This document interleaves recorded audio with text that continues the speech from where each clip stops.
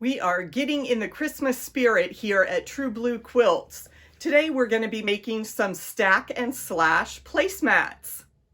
I'm Andy. Welcome to True Blue Quilts, where we enjoy, experiment, and excel as we quilt. Today's 12 Days of Christmas project is making stack and slash placemats.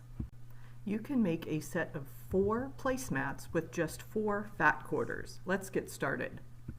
Okay, we are making scrappy placemats, and I am going to layer my fat quarter half yard pieces to cut the wonky shapes that we're going to use in our placemat. And I've got 4 fabrics here, so I will end up with 4 placemats, and I've put the smallest piece on the top here. And that will kind of be my guide for the other pieces. And I just want to make 2 random cuts, and then I will shuffle my fabrics. So I want an angular cut this direction through all 4 of my fabrics, and then I'm going to do an angular cut this direction.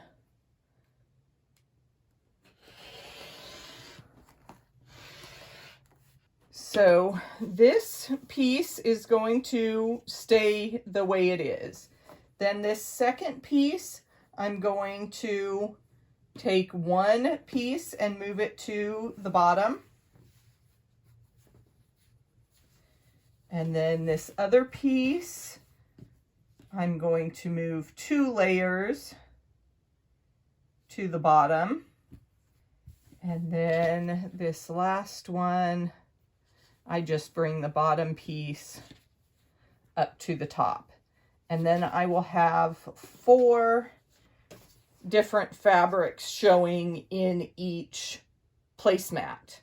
And we can just sew our 4 patches. I will do that stack together, and then I will sew this stack together and finally join them on that long seam. And then we will talk about the size of our final placemat.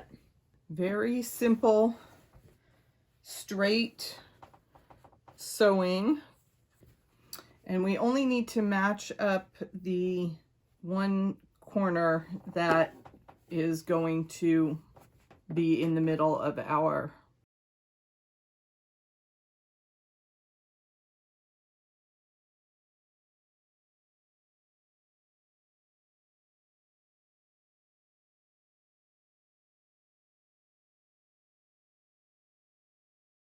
We have all of our pairs sewn together. So I am going to take these to the ironing board and press my seams, and then we can join our 2 halves together. So I have my 2 bits of fabric. I've sewn the short seam, and now I just need to match them up and sew the long seam. When I match those seams, the actual seam is going to go at an angle, and it kind of makes an A. If I imagine that seam on the other side, they're not going to line up right on top of each other.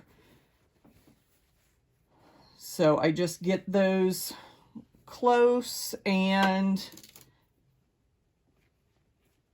put a pin in to keep those approximately in the right place. This is a kind of wonky improv design, so it doesn't have to be exact.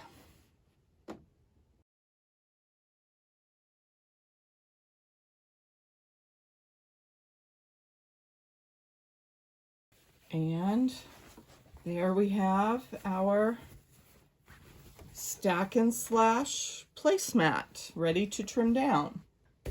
We have our scrappy stack and slash 4-patch done, so we need to trim it down to make our placemat.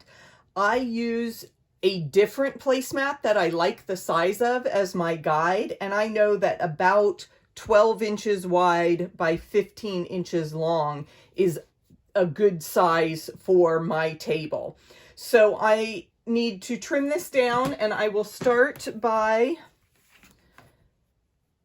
hanging that over the edge. I'll finish that up, but then I'm going to measure over 15 and trim that edge of my placemat using the guidelines on my cutting mat. And then I can turn that around, and now that I've got a nice straight edge, I can line that up with the measurement there and my 15-inch line right here on my mat. And then I said I wanted it 12 inches wide.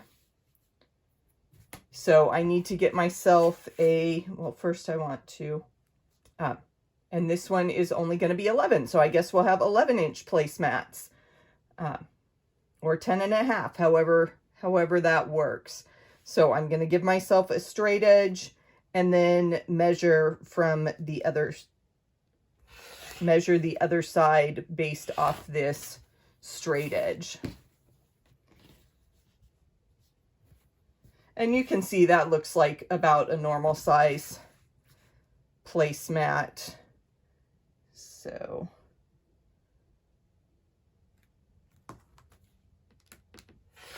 when we're doing improv wonky piecing, you kind of have to go with the flow if things don't line up or measure out to exactly what you expected.